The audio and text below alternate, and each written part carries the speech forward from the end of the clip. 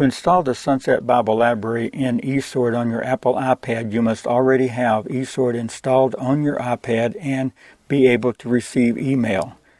We're going to start by opening the email you received from the Sunset Bookstore with your download link for the Sunset Bible Library. Now we're going to go open that email that you received from the bookstore. Find the downloads file. Tell it you want it to open it. And now you see the download link. We have that highlighted already. To download that, double click on it. A window should come up asking you to download it, and you click on download. After it finishes downloading, you're going back to the main screen of your iPad and look for the Files app and open that. Make sure you're looking for files that have been downloaded to your iPad. And here you will see the zip file of the Sunset Complete Bible Library. Now we want to uncompress it.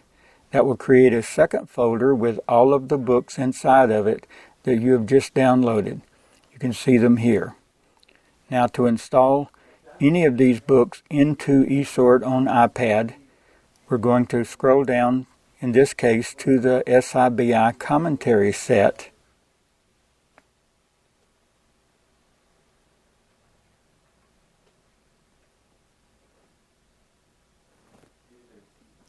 Double click on it and then go to the top right corner of your screen where you see the upload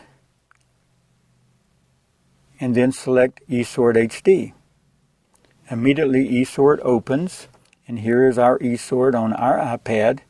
We can go down to the commentary and look, and there you will see that the SIBI commentary is now installed in eSword. Let's go back and install another one. Let's do the McGuigan commentaries as well. Double click on it, select upload, and eSword HD. Again, we can go look in the commentary window and we see now McGuigan is installed on it.